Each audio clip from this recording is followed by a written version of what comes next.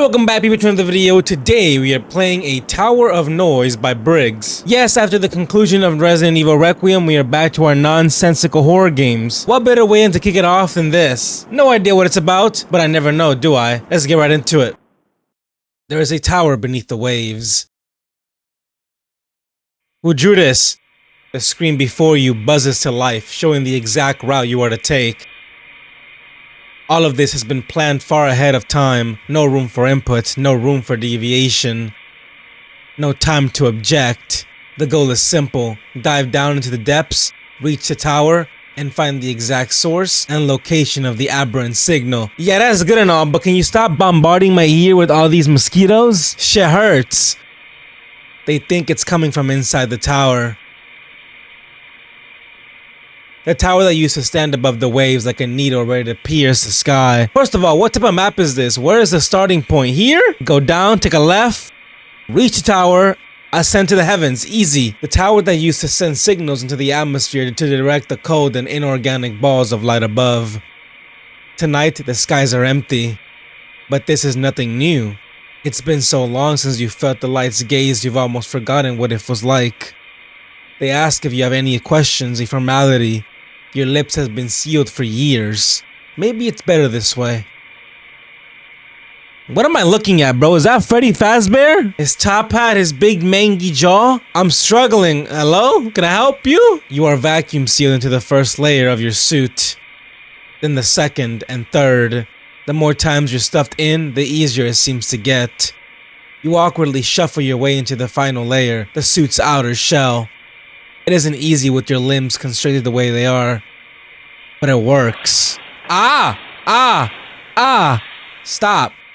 The empty space between you and the shell is quickly filled with a thick, viscous liquid. Pause. Don't give me the color of that liquid. It fills up through the nose and you gag through a closed mouth. Am I getting embalmed? No matter how many times you've done this, you never get used to it.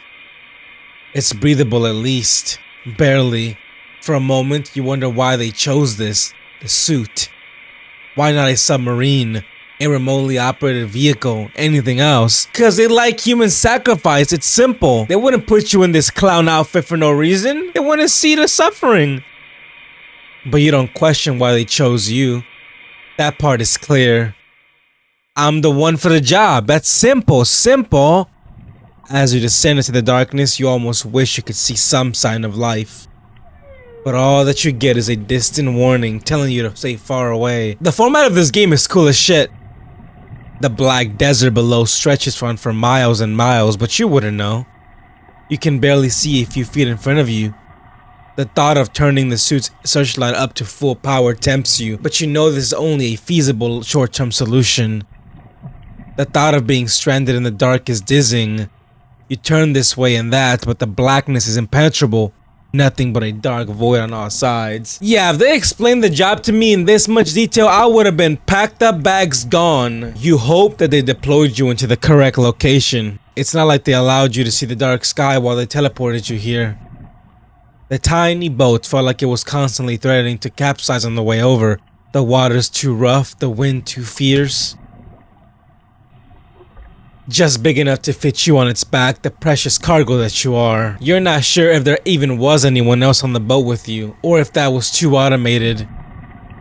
The steady hum of the suit's thrusters are your only company as you continue to sink.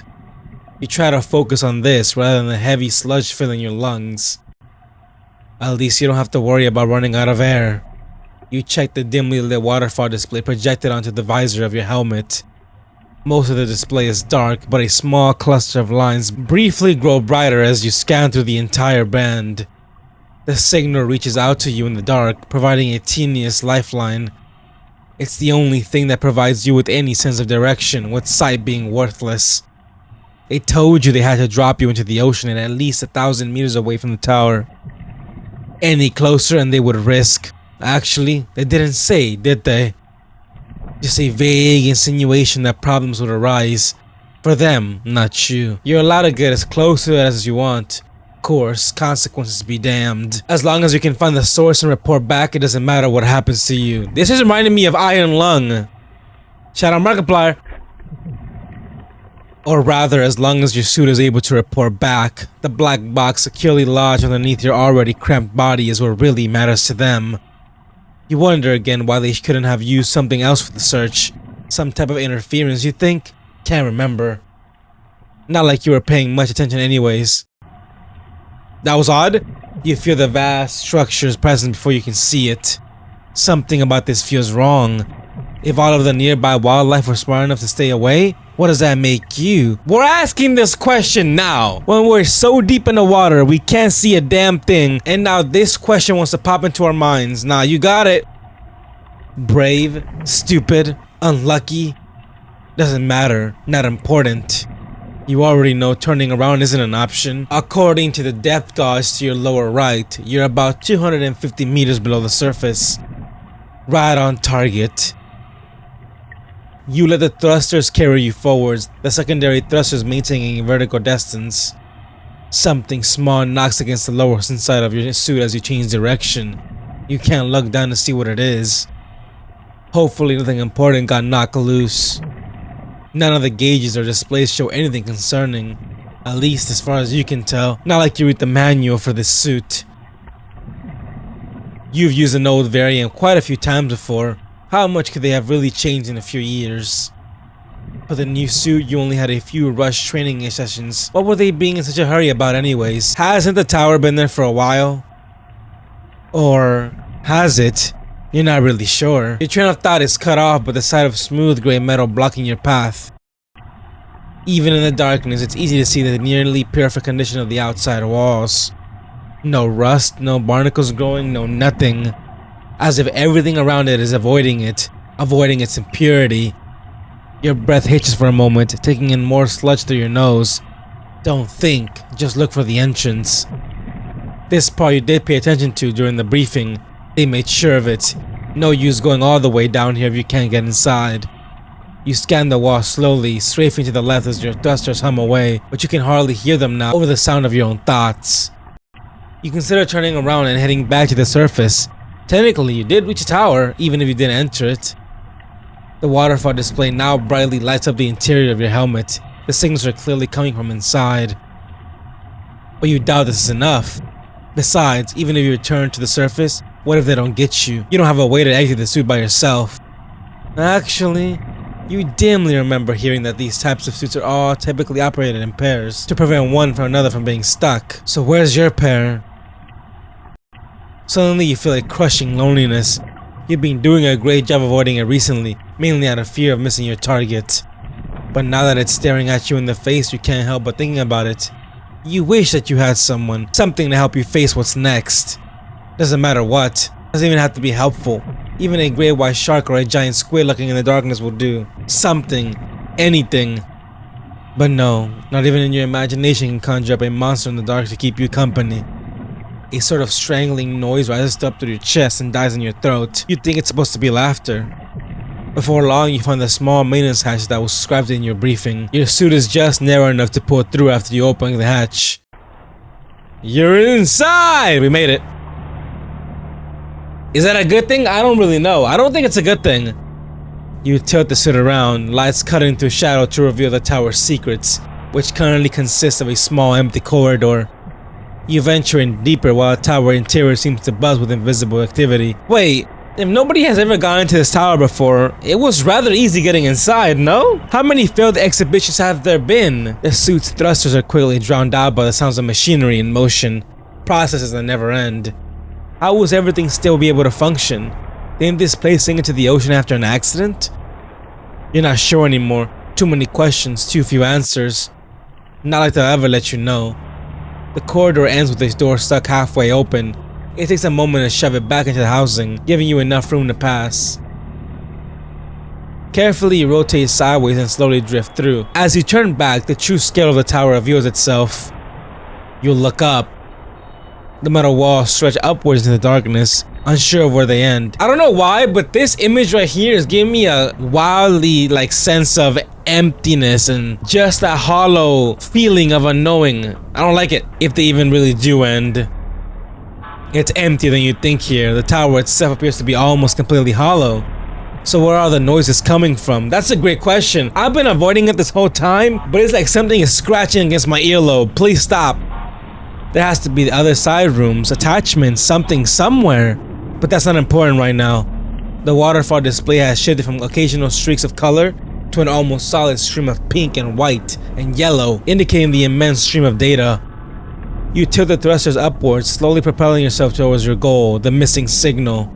You worry that this will be more difficult than you thought. How can you find the exact source of the signal when it seems to be all around you? And that's when the answer finally reveals itself. What am I looking at? A kaleidoscope? At first it doesn't make any sense. Array upon array of radar dishes all pointed inwards. They weren't like this in the diagrams.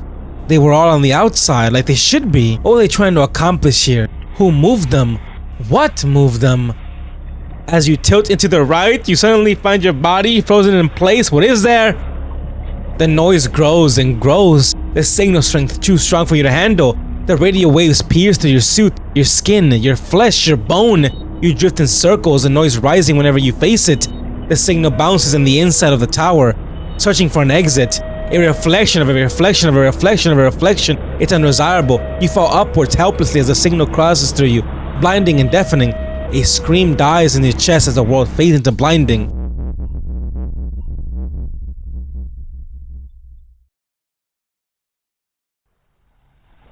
You awaken to a sense of movement, bobbing gently up and down. A dim light flashes to your left. You can't see it, but you're sure you're back to the surface. You're out of the tower, but the transmission has already rooted itself into your mind. You see a boat approaching from a distance, ready to receive whatever information your suit holds. Something inside you begins to rise up to the surface. It is now your job to carry on this transmission. Whoever is on the boat doesn't know it yet, but it will soon be theirs as well. Wait, that was insanely cool. I enjoyed that a lot, even though it was a lot of reading, more than it actually showed me what was happening. That was really, really good. Briggs, round of a fucking applause. So is the tower trying to spread its will through, like, I don't want to call it a virus, because it's not really a virus. Well, we don't know what happens to the actual person after they pass off the transmission. They could either die, stay in a coma, you know, and not really hear space, but that's really cool. Or maybe the transmission is just giving somebody else the drive to come down here. Maybe the tower just feeds on the person once they actually get into the tower itself. Because it might just be like a Ouroboros, a revolving door of the tower, never-endingly consuming what, the life force? I mean, the guy seemed pretty intact. He just felt something within him, transmission. But then again, I don't know. Maybe an ear is missing. We don't know. We don't have a clear picture here. All I know is that final sequence was done beautifully. I was trying to keep up with the reading, but the noises and the imagery just had me confused and disoriented. Much of what like the main character was feeling, and I thought that was brilliant. Briggs, good shit. This was a banger. I enjoyed it a lot. I'm out of here though. Jake says, "La die." Always remember it. Thank you for watching.